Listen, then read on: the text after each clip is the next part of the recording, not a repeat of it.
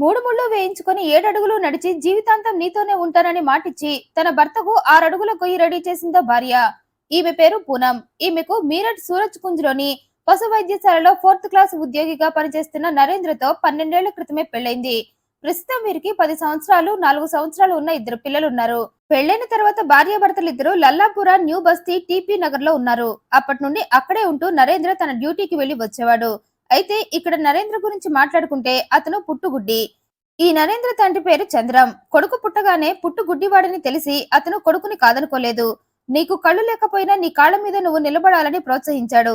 తండ్రి సపోర్ట్ తో నరేంద్ర అధైర్యపడకుండా పశు వైద్యశాలలో ఓ చిన్న ఉద్యోగం సంపాదించాడు. అది ప్రభుత్వ ఉద్యోగం కావటంతో ఆర్థికంగా కొంత నిలదొక్కున్నాడు. అయితే ఆ ప్రాసెస్ మొత్తం జరిగేలోపే తండ్రి చంద్రం చనిపోయాడు. అతను చనిపోయాక ఫ్యామిలీ బంధువుల సాయంతో నరేంద్ర ఈ పూనంని పెళ్లి చేసుకున్నాడు. పెళ్లికి ముందే పూనంకి నరేంద్రకు కళ్ళు కనిపించవని తెలుసు. అన్నీ తెలిసే నరేంద్రను కళ్ళు లేకపోతేనేమి, అతన్ని పెళ్లాడి నా కళ్ళతో అతనికి ప్రపంచాన్ని చూపిస్తా అంటూ నరేంద్రను పెళ్లాడింది. అయితే పూనం పైకి నరేంద్రని ఇష్టంగానే పెళ్లి చేసుకున్నట్లు బిల్డప్ ఇచ్చినా ఆమె తన మనసుని పూర్తిగా భర్త సొంతం చేయలేదు. కారణం ఆమె నరేంద్ర గుడ్డివాడని తెలిసినా అతని వెనుక ఉన్న ప్రభుత్వ ఉద్యోగం చూడటమే. అతన్ని చేసుకుంటే లైఫ్ సెటిల్ అయిపోతుందని చేసుకుంది. అందుకే నరేంద్రని పెళ్లి చేసుకుని పిల్లల్ని కన్నాక అసలు ఆట మొదలుపెట్టింది. కళ్ళు లేని భర్తతో రోజుకొక కబడ్డీ ఆట ఆడేసింది పూనం. భర్త నచ్చకపోతే బాయ్ ఫ్రెండ్ స్కీమ్ కరువు అన్న టైప్ లో తన ప్రాంతంలోనే ఉంటున్న ధీరజ్ అనే వ్యక్తితో ఎఫ్ఐఆర్ మొదలు పెట్టింది. ఈ ధీరజ్ కి కూడా పెళ్లైంది. అలా పెళ్లైపోయిన ఈ జంట మళ్ళీ ప్రేమలో పడ్డారు. మరి ప్రేమలో పడ్డాక పాపానికి శ్రీకారం చుట్టాలిగా అని ఓ రోజు తన ప్రియుడిని ఇంటికే రమ్మంది పూనం. అది తన భర్త ఇంట్లో ఉన్నప్పుడే. అనుమానం వస్తుందేమో నీ భర్తకి అని ప్రియుడన్నా, నా పతికి ఏమైనా కళ్ళు కనపడతాయా, అతను నిన్ను చూసి అనుమానించటానికి అంది. లాజిక్ కరెక్టే అన్న ప్రియుడు పూనం ఇంటికి వెళ్ళాడు. ఆమెతో కాసేపు స్పెండ్ చేశాడు. కానీ ఆమెతో ఎప్పుడూ మాట్లాడలేదు. ఆ మాటకొస్తే ఈ ధీరజ్ ఎప్పుడు ప్రియురాలి ఇంటికి వెళ్ళినా పెద్దగా మాట్లాడేవాడు కాదు. ఎందుకంటే నరేంద్ర ఇంట్లో ఉండగానే అతను ఒక్కోసారి పూనం కోసం వెళ్ళేవాడు. నరేంద్రకు కళ్ళు మాత్రమే కనిపించవు, చెవులు బాగానే వినిపిస్తాయి కదా. అందుకే ఎక్కడ ప్రియురాలతో మాట్లాడుతుంటే ఆ మాటలు నరేంద్ర చెవిన పడి అతనికి అనుమానం వస్తుందో అని ధీరజ్ పెద్దగా ప్రియురాలి ఇంట్లో ఉన్నప్పుడు మాట్లాడేవాడు కాదు. కానీ అలా ఎంత జాగ్రత్త పడ్డా నరేంద్రకు పూనం ప్రవర్తనపై అనుమానం వచ్చింది. నరేంద్ర ఇంట్లో ఉండగానే ఇప్పుడే వస్తా అంటూ అతన్ని ఓ చోట కూర్చోబెట్టి సడన్ గా మాయమైపోయి బెడ్రూమ్ లో ప్రియుడి దగ్గర ప్రత్యక్షమయ్యేది. అయితే తనకు డ్యూటీకి వెళ్లే టైం అవుతున్నా భార్య తనను కూర్చోబెట్టి తనకు కావలసినవన్నీ రెడీ చేయకుండా మాయమైపోవటంతో నరేంద్ర పూనం అంటూ ఆమె కోసం ఇల్లంతా వెతికేవాడు. ఆ ప్రాసెస్ లోనే ఓసారి అతనికి చిన్నగా ఓ మగస్వరం వినిపించింది. దీంతో అతని చెవులు వెంటనే అలర్ట్ అయిపోయాయి. తన ఇంట్లో తనకు తెలియకుండా మరో మగాడు ఉండటం ఏంటి, అసలు ఈ పూనం ఉన్నట్లుండి ఎక్కడికి వెళ్ళింది అని అనుకున్నాడు. పైగా అలా 1-2 సార్లు కాదు, లెక్కలేనన్ని సార్లు అలాంటి అనుభవాలు జరిగాయి. దీంతో నరేంద్రకు పూనంపై డౌట్ మొదలయ్యి, ఇంట్లో నాకు తెలియకుండా నువ్వు ఏదో చేస్తున్నావు, అది నాకు తెలిసిన రోజున నీ సంగతి చెప్తా అని వార్నింగ్ ఇచ్చాడు. అయితే భర్తవన్నీ బెదిరింపులే, కళ్ళు లేకుండా నా కామకథలని ఎలా చూసి తెలుసుకుంటాడులే అనుకుంది భార్య. కానీ నరేంద్ర మాత్రం నాకు కళ్ళు లేకపోయినా నా చుట్టూ ఏం జరుగుతుందో నేను తెలుసుకోగలను అంటూ కొంతకాలం భార్య ప్రవర్తనని అప్పుడప్పుడు చిన్నగా వినిపించే ఆ మగస్వరాన్ని విని తన భార్య తప్పు చేస్తుందని తెలుసుకున్నాడు. కానీ అది తెలుసుకోవడానికి నరేంద్రకు చాలా కాలం పట్టింది.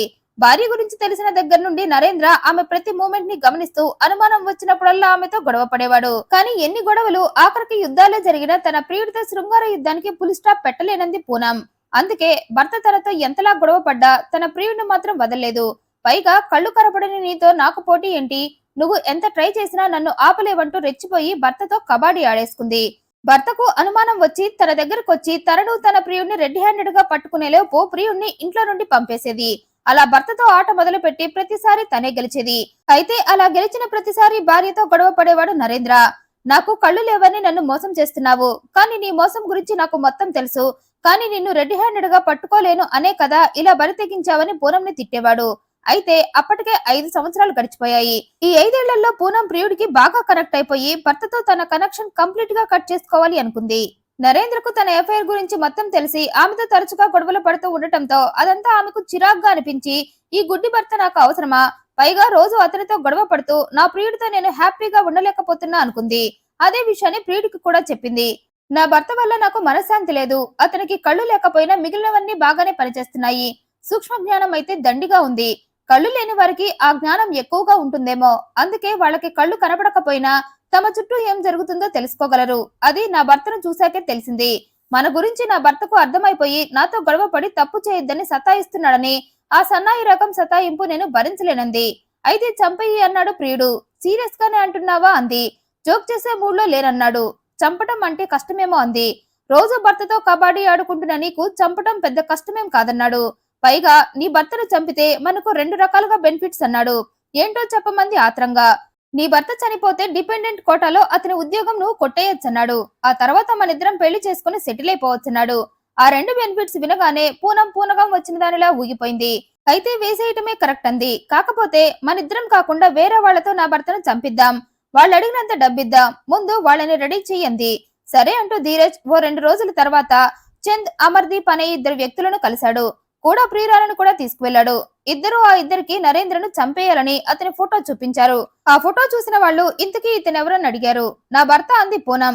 అది విన్నవారు అయితే ఇది పతిని పైకి పంపే మర్డర్ స్కెచ్ నా అంటూ 80,000 ఇస్తే ఎవరినైనా చంపేస్తామన్నారు. ఎవరెవరినో చంపితే నాకెందుకు, నా భర్తనే చంపాలి అంటూ అప్పటికప్పుడే 20,000 రూపాయలను వాళ్ళ చేతుల్లో పెట్టి పనయ్యాక మిగిలిన బ్యాలెన్స్ క్లియర్ చేస్తానంది.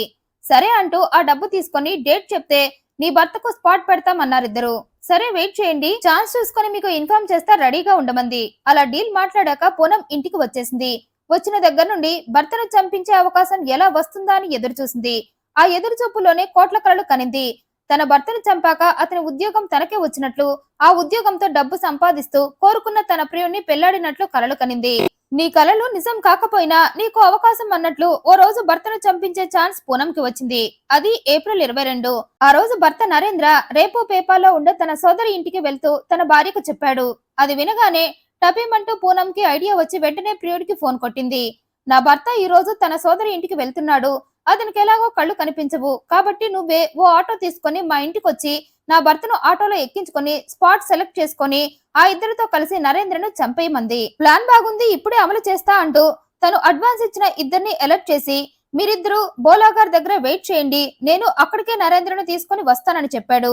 ఇది ఇలా ఉండగా అనుకున్నట్లుగానే సోదరి ఇంటికి వెళ్ళడానికి రెడీ అయిపోయాడు నరేంద్ర. అయితే అతనికి కళ్ళు కనిపించవు కాబట్టి ఓ ఆటో మాట్లాడుకొని అందులోనే అతను సోదరి ఇంటికి వెళ్తాడు. ఈ నరేంద్ర ఎక్కడికి వెళ్లాలన్నా ఎక్కువగా అలాగే చేస్తాడు. మరి దూర ప్రయాణం అయితే తప్ప దగ్గర వాటికి అలానే వెళ్లేవాడు. దాన్ని అవకాశంగా తీసుకుంది పూనం. నీ సోదరి ఇంటికి వెళ్ళడానికి నేను ఆటో కూడా రెడీగా పెట్టా, ఇంటి ముందే ఆటో ఉంది, ఇక నీదే ఆలస్యం పోవటానికి అంటూ భర్తను ఆటోలో కూర్చోబెట్టి ప్రియుడికి సైగ చేసి పని ముగించమంది.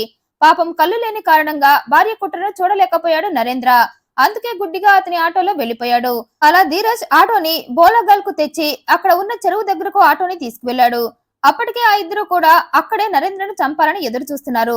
ధీరజ్ రాగానే బలవంతంగా నరేంద్రను ఆటోలో నుండి బయటకు లాక్కొచ్చారు. ఆ చెరువులో నరేంద్రను ముంచి చంపేయాలన్నది వారి ప్లాన్. అందుకే నరేంద్రని అక్కడికి తీసుకువెళ్లి బలవంతంగా అతని ముఖాన్ని నీళ్లలో ముంచేశారు. దీంతో ఊపిరాడక నరేంద్ర చనిపోయాడు. చనిపోయాక అతని శవాన్ని ఒడ్డున పడేశారు. చూసేవారికి నరేంద్రకు కళ్ళు లేని కారణంగా నీళ్లలో పడి ఆత్మహత్య చేసుకుని చనిపోయాడని అందరూ అనుకునేలా చేయాలని అలా చేశారు. అయితే నీ భర్తను చంపేశాం, మన లైన్స్ అన్ని క్లియర్ అయ్యాయని ప్రియుడు చెప్పగానే తమ ప్లాన్ లో భాగంగానే అవునా అంటూ పూనం ఏడుపు రాకపోయినా దాన్ని బెదిరించి మరీ ఏడుస్తూ పోలీస్ స్టేషన్ కి వెళ్ళింది. నా భర్త నిన్న ఊరికని బయలుదేరాడు, కానీ అటు ఊరికి వెళ్ళలేదు, ఇటు ఇంటికి రాలేదు, మధ్యలో ఎక్కడో మిస్ అయిపోయాడు. అందుకే మీరు పూనుకొని మిస్ అయిపోయిన నా భర్తను తెచ్చి నా ముందు పెట్టాలని కేసు పెట్టింది. కేసు నమోదు చేసుకున్న పోలీసులు నరేంద్ర కోసం వెతుకుతూ ఉండగా వారికి అతని శవం దొరికింది. విషయం నరేంద్ర ఫ్యామిలీకి పూనంకి చెప్పి శవ పరీక్ష చేయించగా నరేంద్రది హత్య అని తేలింది. అయితే అప్పటిదాకా ఈ పూనం పోలీసుల దగ్గర నా భర్త ఆత్మహత్య చేసుకుని చనిపోయాడంటూ కలరింగ్ ఇచ్చి రిపోర్ట్ లో అతనిది హత్య అని తేలటంతో రూట్ మార్చి నా భర్తను నా అత్త ఫ్యామిలీనే చంపేశారంటూ అక్కడే ఉన్న వాళ్లతో గొడవ పెట్టుకుని హాస్పిటల్ మొత్తం రచ్చరచ్చ చేసింది. మా కొడుకుని మేమెందుకు చంపుకుంటాం అన్న వినిపించుకోలేదు పూనం. పూనకం వచ్చిన దానిలా వాళ్లపై పడింది. అక్కడే ఉన్న పోలీసులతో వాళ్ళని విచారిస్తే నిజాలన్నీ బయటికి వస్తాయంది. పూనం ఫైర్ చూసి ఆమె చెప్పిందంతా నిజమేనేమో అనుకున్నారు పోలీసులు కూడా. అయితే విచారణలో పూనం చెప్పినట్లుగా నరేంద్రని అతని ఫ్యామిలీ చంపలేదని తేలింది. దీంతో ఇక మిగిలింది అప్పటికే ఓవర్ యాక్షన్ చేస్తున్న పూనంనే కాబట్టి పోలీసుల డౌట్ పూనం మీదకి వెళ్ళింది. దీంతో ఆమెపై ఫుల్ గా కాన్సన్ట్రేట్ చేస్తూ ఆమె కాల్ డేటా మొత్తం బయటకు తీశారు. పైగా నరేంద్ర ఇంటి దగ్గర నుండి అతని శవం దొరికినంత వరకు ఉన్న 150కి పైగా సీసీటీవీ ఫుటేజ్లను పరిశీలించగా ఈ నరేంద్రతో కలిసి ధీరజ్ వెళ్లినట్లుగా స్పాట్ లో చందు, అమర్దీప్ లు కూడా కలిసినట్లుగా తేలింది. దీంతో వెంటనే చంద్, అమర్దీప్ లను పట్టుకుని అసలేం జరిగిందో, నరేంద్ర హత్యను ఎలా ప్లాన్ చేశారో చెప్పమన్నారు పోలీసులు. వారికి దొరికిపోవడంతో ఇద్దరు ప్లాన్ మొత్తం పూనందే అని ధీరజ్ డైరెక్షన్ తో ముగ్గురం కలిసి నరేంద్రను చంపేశామని చెప్పారు. ఈలోగా పూనం కాల్ లిస్ట్ మొత్తం చెక్ చేయడంతో ఆమె తన ప్రియుడితో నడిపిన ఎఫ్ఐఆర్ దగ్గర నుండి హత్యకు ప్లాన్ చేసింది మొత్తం తెలిసింది. ఇక ఆలస్యం ఎందుకని వెంటనే నటనలో మునిగిపోయిన పూనంని పట్టుకొని తమ విచారణలో వాస్తవ ప్రపంచంలోకి తెచ్చారు. అప్పటికే ఇద్దరు దొరికిపోవడంతో నా భర్త ప్రభుత్వ ఉద్యోగం కోసమే అతన్ని చంపి ఆ జాబ్ కొట్టేసి ఆ తర్వాత నా ప్రియుడు ధీరజ్ ని పెళ్లాడి సెటిల్ అయిపోవాలని మా బంధానికి అడ్డుగా వచ్చి గొడవ పడుతున్న నా భర్త నరేంద్రను చంపించేశానంది. దానికి తన ప్రియుడితో పాటు ఆ ఇద్దరు హెల్ప్ చేశారని చెప్పింది. నేరం ఒప్పుకోవడంతో పోలీసులు నలుగురిని పట్టుకుని అరెస్ట్ చేశారు. ఈ వీడియోపై మీ అభిప్రాయాన్ని కమెంట్ రూపంలో తెలియజేయండి. మరింత ఇంట్రెస్టింగ్ అండ్ జెన్యూన్ ఇన్ఫర్మేషన్ కోసం ఈ వీడియోను లైక్ చేయండి, షేర్ చేయండి, మా ఛానల్ సబ్స్క్రైబ్ చేయండి. Thanks for watching.